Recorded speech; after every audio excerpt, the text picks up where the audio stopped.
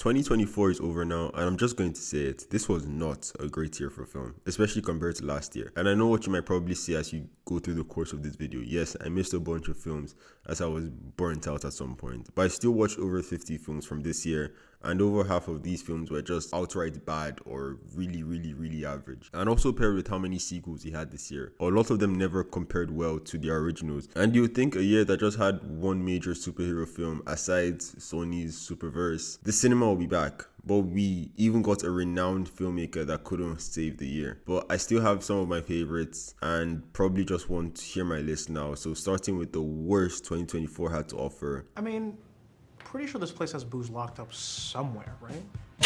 Yeah, I've been saying this since I initially watched it. I just knew this film would take my bottom spot. If you haven't seen this, it's a horror film about a group of teenagers that draw up tarot cards to determine their fates, but they all just die. And a horror film in general, we already accept that the characters will make the dumbest decisions known to man. But for this film, because it's like about them knowing what's going to happen to them, but we're still with that information and them realizing that, oh, this thing might be linked to what's actually happened to us, they still let it play out exactly as it says. The film never had anything, no entertainment factor with the kills or even its goofiness. Like sometimes the goofiness of these slasher films could be the draw you have to it, but it just had none of that. Also paired with like really bad acting. I watched this film mainly because of Avantika, and she was also really terrible in it. Nobody could save it, even the guy from Spider-Man. Like everybody, no offense to these young actors, but they were all really bad. He was in the Amazon with my mom when she was researching spiders right before she died. This was an easy choice for second place. I had 2 videos where I talk about these films in depthly, and for that reason alone, I should genuinely put this film like last, but Tarot was just way worse. If I could describe this movie with one word, it was unwatchable. Check me out, I'm dancing! I say this year was a worst year compared to 2023, but the last 2 films from Borderlands forward, I'm just on mediocrity now. Borderlands, like I said in my video, is not a great movie. It hardly does anything right. I like Claptrap, I love his design. He's this little shit in the games, and Jack Black got that. And as I said, his design is really well. They did a really good job for his CGI. But outside of that, you already know, story, nonsense, fight choreography. It looked like they hired a couple guys off Craigslist. And for the most part, the performances were just off, even as you're getting like Kate Blanchett or most of these other big A-list actors. Why are you boring me? I'm right. It's gonna get really controversial from here, but my reasoning is simple. I just did not get this movie. I found it really boring and it never started. It's 100 minutes of my time that I just wasted and I will never be able to get back. This is business! I know, but I did business! Alright, this one, I defend my hatred towards it. I normally would have never watched this film on my own like accord, and maybe if I did by myself it might have been a bit higher, but I saw these TikTokers calling it one of the best underrated films of the year and I feel like they lied to me. And the problem I had with this film was the characters and how little they did to let us connect with them, connect with the supporting cast. And I said this on my Everything I Watched in May. I preferred the Moose character, and I also think the actor playing him did a way better job. I would have just preferred the film to be centered around him rather than the other guy, which I just could not stand in this film. We're home! I'm so done with the multiverse! I'm with Venom 2 here. I'm done with this multiverse. The one major thing that pissed me off about this film is the fact that you do a trilogy. You have all these characters from the first 2 films and you have all these connecting storylines and you just bin them all to give yourself this artificial problem and trying to do what the title is, which is a good send-off to Tom Hardy's Venom or an origin to the introduction of Null and all the other symbiotes, and you fail at both of that. I just believe the problem here with these Sony films for the most time is that they try to make mediocre films but make a bad one to tease us for an actual sequel that we'll never get to see. Like, this is 2025. They've been doing these generic comic book movies since the 90s. Just jump into the life of the hero. But then they attempt to do this technically here, but still sprinkle a bit of his origin. But for the full length, it's not an origin movie, let's be honest. I also just liked how knowing your face, the Spider-Man references were on this movie. Was glad about that. This was one of the last films I watched this year, and I feel nothing has really changed from my opinion when compared to the other ones. And it was my favorite Sony Spider-Man film. But I'm picking water against sand and mud here. The dumbest thing I've ever heard in my life. The first 2024 film I watched this year, and I remember it so vividly because I was so excited for it. I even did a Matthew Vaughn video in preparation, but the film just never reached the potential I had for it. The main issue was just the fact that it never cared to entertain. it just lost the point, and you watch the same thing over and over and over and over again. The film just kept on trying to throw twists at you, and you get bored the 59th time it tries to tell you you are not the father. I'm black. You're what? John, how come you didn't tell me you were black, you lying son of a I love that film, by the way, and I didn't find it sexy. Would be honest, this film is not this bad, but like Snack Shack, it just did not reach the potential I originally just had for it. And also my fault just expecting it to be a rom-com. But even aside that, let's be honest with ourselves. Let's look at ourselves and be honest with ourselves. Peel off Andrew and Florence Pugh's faces and put different people on there. Tell me, would you give this film the same praise? I won't say the performances were awful, but they were not great. And I won't lie to myself that they had chemistry, because like I was watching their press tour and I was like seeing the chemistry there. That's part of the reason why I was so excited to watch this, but it just never really translated to this movie, and it set this high expectation for me and it just killed it. I'm going to be honest, this is the first movie that I'm going to be like, this came out this year for me, because I'm not even going to waste my time like I remember anything that happened here. I just remember the twist, and it was really disturbing and weird. The movie was not great, but it was not like awful. I feel like it was better than some of the movies that I have below it for me, but I genuinely cannot remember this film, if I'm being honest. I would personally prefer to talk about the other films in the trilogy apart from this one, because for the most part, if you watched my videos, my opinion has not really changed. Maybe if I rewatch it, it could, but I highly doubt. The film was still the dumbest reason for filler ever, because we already had a Supergirl origin in the universe, and you just wasted 90 minutes doing another one. If anything, they could have made the whole Crisis thing 2 films, and with the discs, put the shorts of this movie on both of them. But they didn't get those part 2 DVD sales and rentals, so I understand their game is game. What kind of American are you? Another movie that I forgot I watched this year, but honestly, I remember I was really disappointed with this. I think I've even fell asleep for parts of it in the cinema. I liked aspects of it when they showed the crumbling America in this time of divide, but I remember most of it was just them being in a van or car and just doing nothing. I didn't really roll with that, I'm gonna be honest. And the Grammy goes to Kanye West. I gave this film the benefit of the doubt at first because I do not know who Amy Whitehouse is, but I still enjoyed Bohemian Rhapsody, although I did not know who most of those people were prior to watching it. But even though this film was a hard watch for most of it for me, it did have some interesting moments. But as I said in my Everything I Watched in June, I don't know who this lady is, and I don't really think she had the most exciting life. Or at least this film failed to show that, or just failed to elevate it, failed to make it, glamorize it. And it was just not interesting. It was a really boring experience. Just dwelled a little too much on the addictive side of her life, rather than, the side of her life that if you was your type of biopic, you successful singer, the side of your life that you would want for people to see or be represented. It's a joke. It's all a joke. It's pretty ironic how high this film is, but hear me out. I actually enjoyed a huge portion of this film because I was never really a fan of the original film, albeit I watched it like when I was a child. And I haven't seen it since then, so technically I went into this film blind. And as I said, I enjoyed a part of it, the whole build-up with Joaquin's Joker slowly doubting himself. Then we have Lady Gaga's Harley Quinn pushing him. They underutilize her character. But then the film just slowly capitulates on itself. And this is why I hate it. Because it had the potential, but then Todd Phillips wanted to make a big joke on us and he shot himself in the foot. I have a ghost to bust. The reason why this is as high as it is simply because this movie is so formulaic, and I have no problem with that. It's an extremely mid-average film, and it's fine. Not everything has to be like Ghostbusters 1. Frozen Empire was indeed a drop-off from Afterlife in my opinion, but given Sony and Hollywood, do I expect anything less? No, but I applaud them for at least getting the fundamentals right and made something watchable for when you are, cooking or something.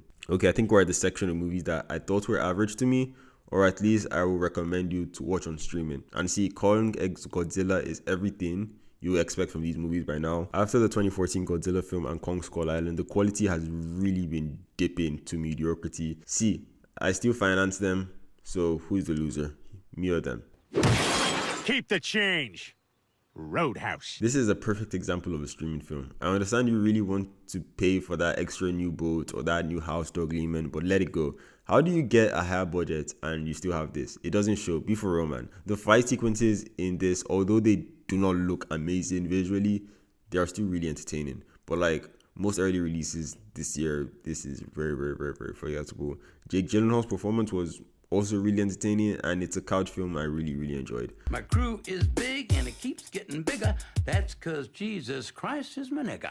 If I'm being honest, I love everything around this film rather than the film itself. The casting of the ensemble is great. The set design is also really good, as well as the music for this film. I just don't think the director for this film is a really good director. That's just my gripe. I feel like he poorly managed the films, everything. The pacing, the story, everything is just mishandled and issues. I was lucky to watch this early, and I also watched this after the previous two films in the franchise, like back to back, and it's really different. And after I've had the chance to think about it some more, my opinion still has not changed. It's not a great film. It's watchable, sure, but going from one of the best films ever to just being watchable, that's not a good thing. But I feel like with the change of director and recast of some characters, why not just fully take this film to a different approach? Like, we already live London to Peru. Must the family come to Peru too? For me, the additions really hurt this film, as well as a bunch of other problems. It's just annoying how much of a drop-off this was. If I ever get a hold of you,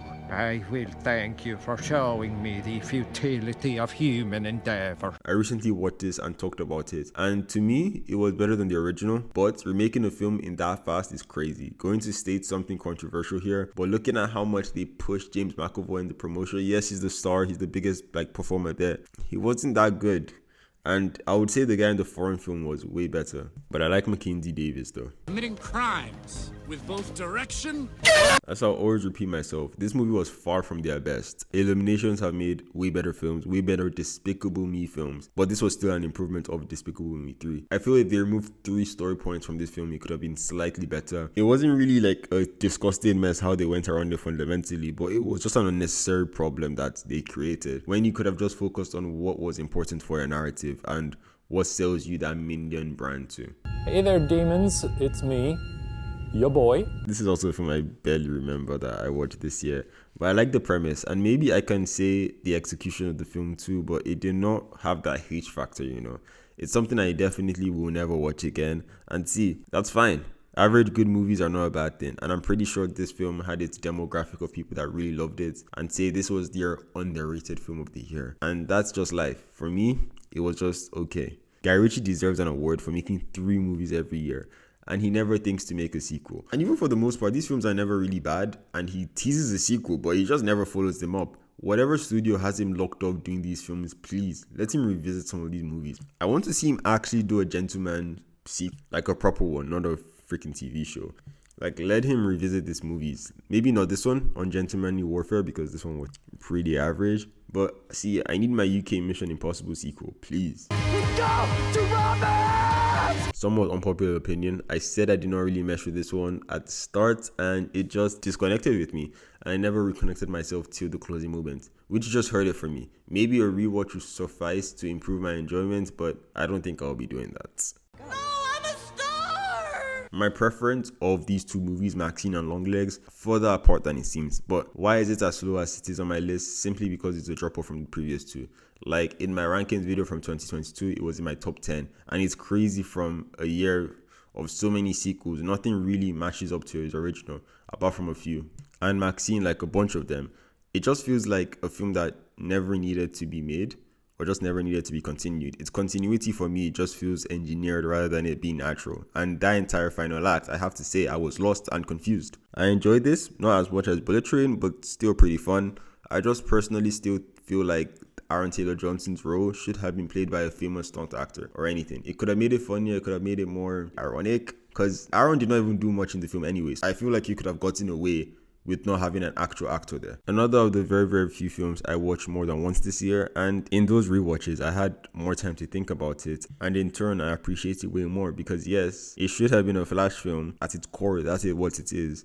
But even the Justice League aspects I really enjoyed, and honestly, carrying what we got on here to the 3rd act of the 2nd film and the finale of the trilogy, this film was not a bad first part to. But as a solo movie, it's average, but the good kind of average. Amy Winehouse! Dude, Amy Winehouse is fucking dead! I had fun with this, okay? I love comedies like this. I watched Vacation Friends a couple years ago. He had a sequel last year. I know John Cena just plays himself again from that movie, and I don't care. I love those films. I love this film. I love movies like this. The ending was complete BS, but it was the funniest piece of BS I've ever seen, and I love it. Okay? Free me.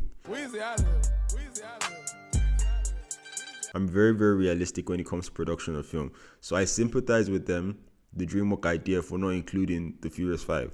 But aside that, you can still make something good around that, which I wouldn't say they failed to do on here, but they just failed to capture any of the greatness the original 2 films held. And it's not as if like the Furious 5 was a reason for that. So you don't even come up with that excuse. I will also say that DreamWorks, if you are listening, quit while you're ahead. The Kung Fu Panda franchise might just be done, you know. She'll never love you. On the surface, I have no rights to enjoy this film or like it as much as I do, but this is what makes it a solid film.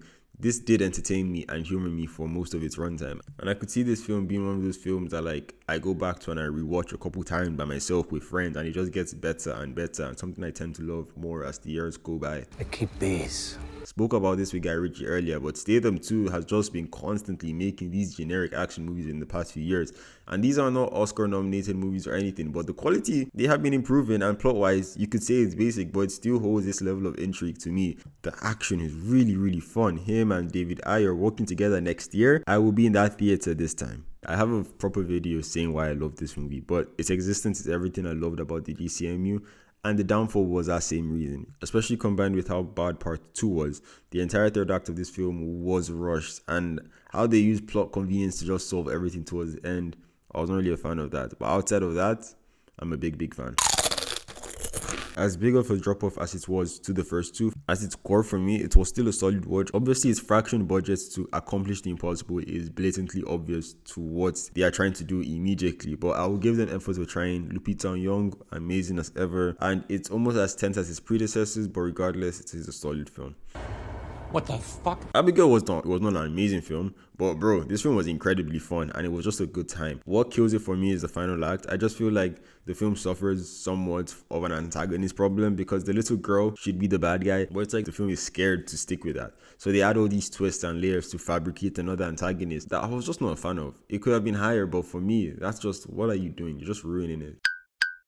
Can we normalize not needing over 90 minutes from a film? Like, I love the 2 leads of this movie. This was the first time I think I've seen Adriana in anything, and she was great. Zoe, also, her directing style in this, heavily stylized, which came into my length issue, but aside that, almost a perfect film, just longer than it has to be. Hey, phrasing! The one thing I appreciate about this film is that it knows its identity.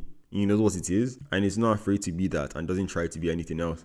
And people will love it or hate it for that, but clearly I rate it. The action is so fast paced, it's so fun. Some people will not like the sense of humor that this film is trying to convey. One being how our protagonist is deaf and like he reads lips, but I cannot understand what this person is saying. So there's this like running gag throughout the film about that. It gets redundant at some point, but like at the same time, it's still pretty funny. But the one issue I had about this movie and why it's so low, this movie could have been higher for me.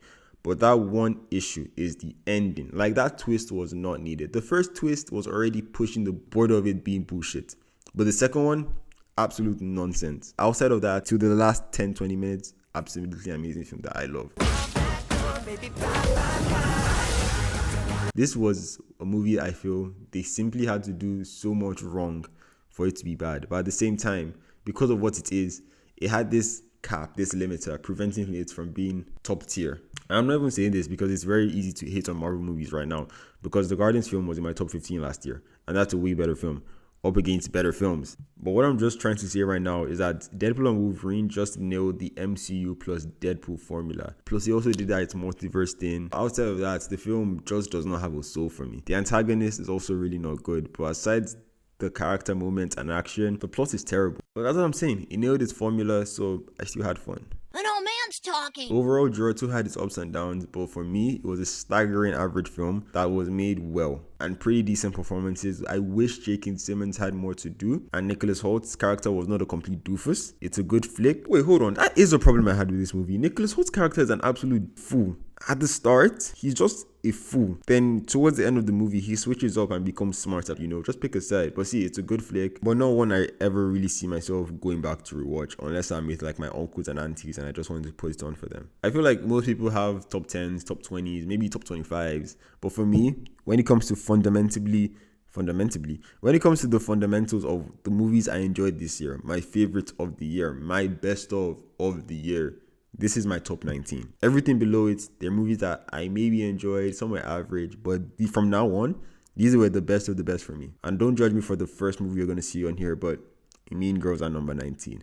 As someone that has never really watched the original, this on its own was really solid for me. I did not expect to enjoy this as much as I did. Yes, the musical elements of this film are its downfalls, and for a remake of an early 20s film, it still has those cliches that personally I roll with, but I could see people hating it. The choreography at times was really, really good. The jokes were funny for me for the most part. I have a really messed up sense of humor, and this was literally the reason I watched Tarot. So shout out this film. Bad boys.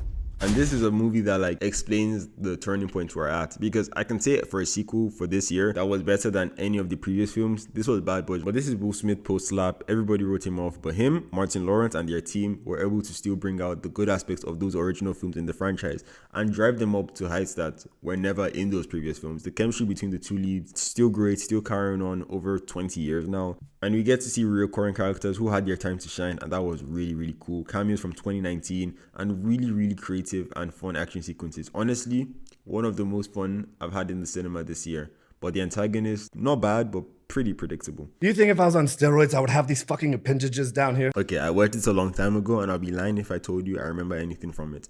But I remember I love movies where the protagonist in this case, just keeps on making mistakes after mistakes, and they just get curled up into this bigger and bigger ball, which creates these really tense moments in these movies. It also tangles up with the other main characters, and all of that was really entertaining. Then the film gets really, really goofy, but I can't lie, I was not really a fan of that. Kristen Stewart was also really great in this. I was a huge fan of her in this movie. I don't really like her works outside of this, but she was good here, so I liked her. Ed Harris was really great. I will watch anything he's in, and in my opinion, he was evil, but a likable bad guy, and that was a really good performance by him. You're a day late and a dick short. Zoe Kravitz, this is how you do it. Yes, it's a film under 90 minutes, and gosh, did it feel like it was 10 times that length. Like, so much happens in that time, and it should be a bad thing, but Ethan Coen still crafts up a really entertaining story of these two girls that just get mixed up in this whole chase. It's something that a ton of movies have done before, but what helps this work for me as much as it does is the two leads. I'd shine a light on Margaret Qualley in particular. She was a star and made this film what it was for me. But both of them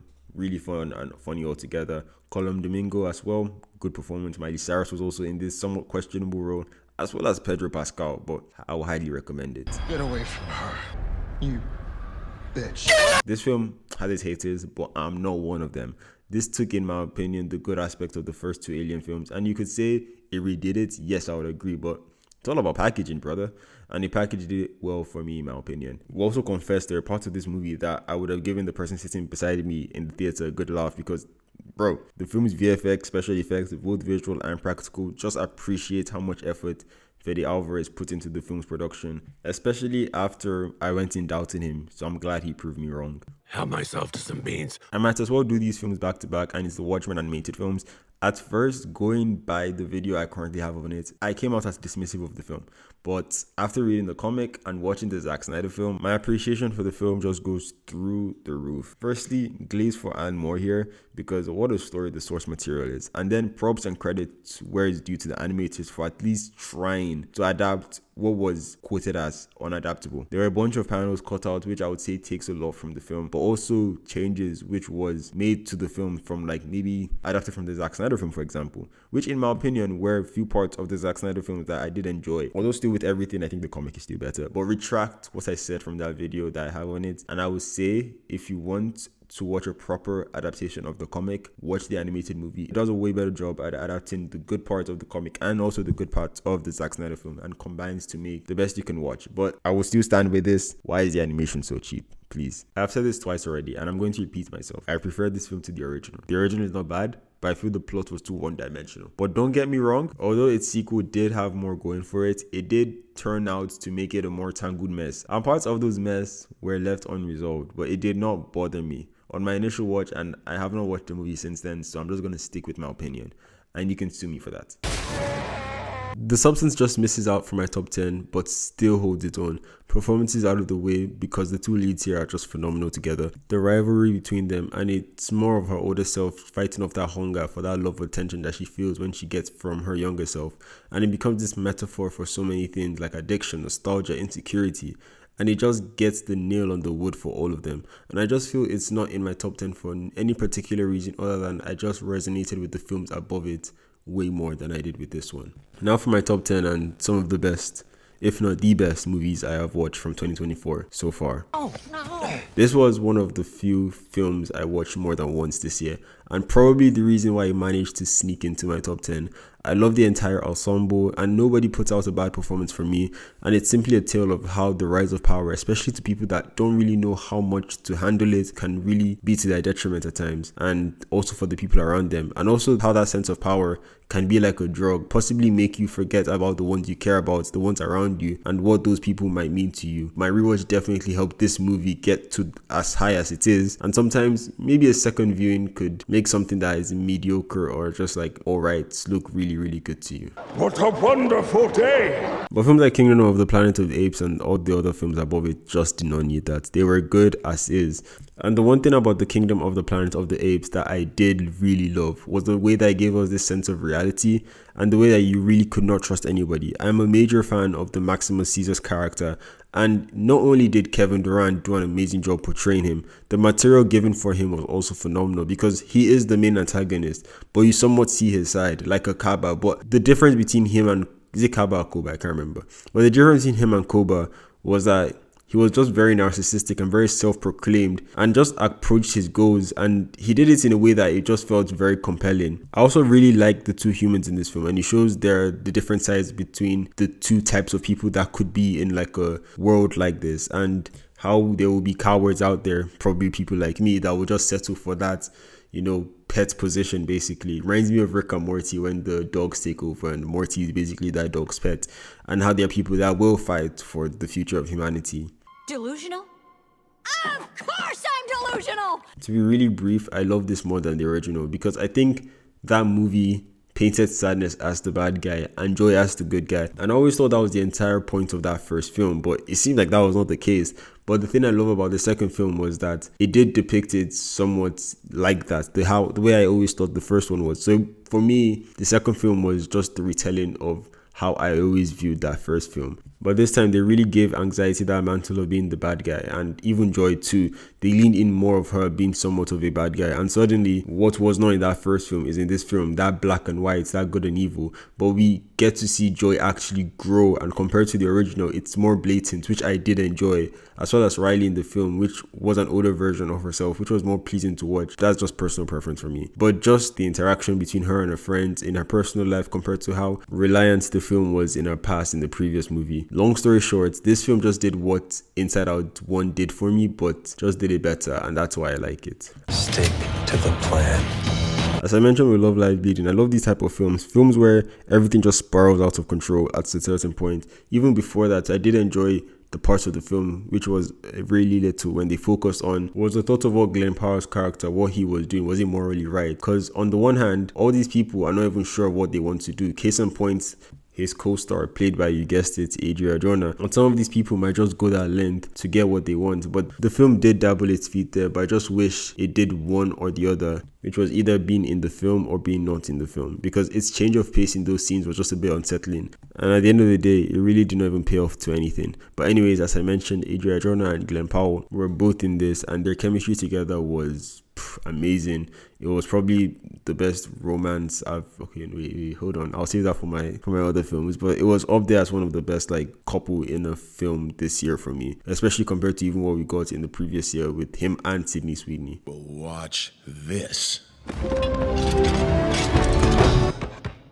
I'm going to start with this. This is not in my top 3, and the only reason is because of the ending. Grade A film from beginning to that point. You grow with these two characters, and one stands up high morally and the other one just turns bad and ends up at that point killing his friend in that moment of rage. Then we get this full evil transformation, and he just lets his friend go like that.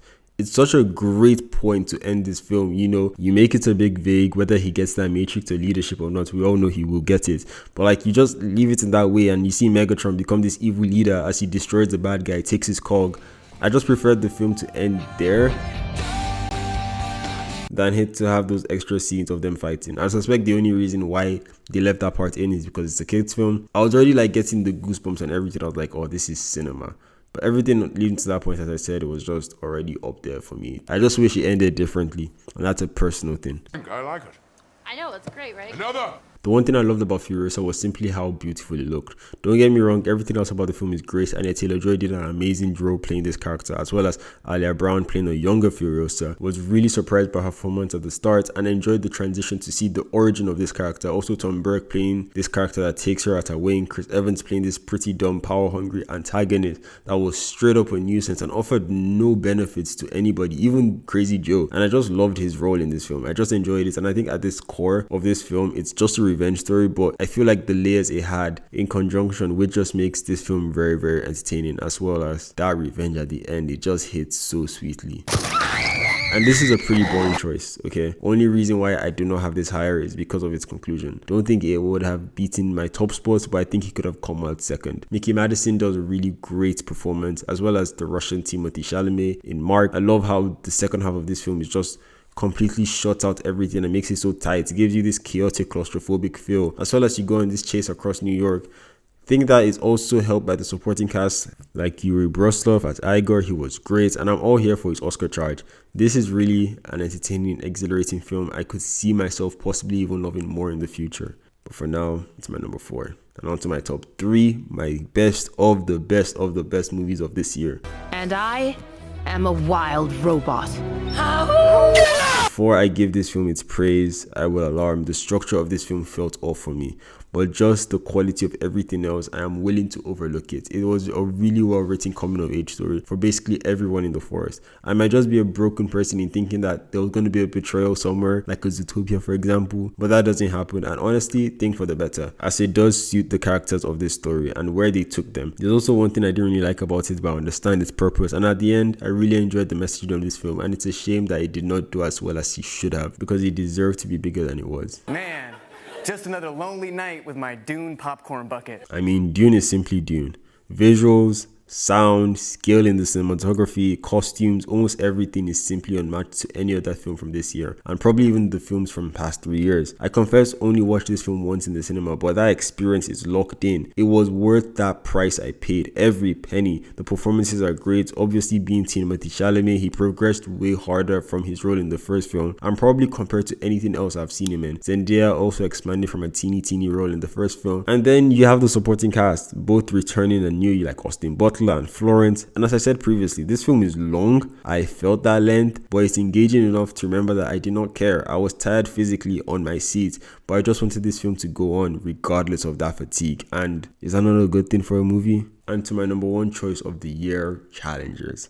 Since I watched it back in April, it's just sat there and nothing has been able to overtake it. Another film with great performances, obviously. Shout out Zendaya being in my top 2 films of the year, but Oscar snobbed still. Screw the Oscars. Also the supporting boys, loved how the film just said, oh, here's a bad guy, and just stuck with it, but still gave it this human sense and slowly started to make you show a bit of compassion, which also energized this film to literally its final second. And also shout out Luca. He did everything right. He got the story spot on, the pure emotion. I was hooked. The tennis game this whole film is structured on, that entire tennis game on its own without the story hanging on it was crafted really well. And even as a person, me that has never in my life watched a tennis game, this movie considered me to giving it a try. The film, in my opinion, was the closest thing to perfection that I watched this year, and I would defend it with everything. Screw the Academy. How didn't this thing get nominated for anything? Not even score. I was not a big fan of the score, I would admit, but still, I would have taken anything. And yeah, that's everything I watched in 2024 so far. Obviously, I might end up watching more movies in the coming years, but you can always see my updating list on Letterboxd. And as I did last year, I'm going to do some quickfire TV shows that I watched this year in order of its release and when I watched it. Mr. and Mrs. Smith was possibly my favorite debut series of the year and took this IP to places I was surprised they could go, and I preferred it way more to the original. The Walking Dead, The Ones Who Live is not the best The Walking Dead has to offer, but the best that they have done in recent years. And it's good to see these characters get their last run, and I low-key hope it ends here. Please, we don't need more seasons. It's a good ending.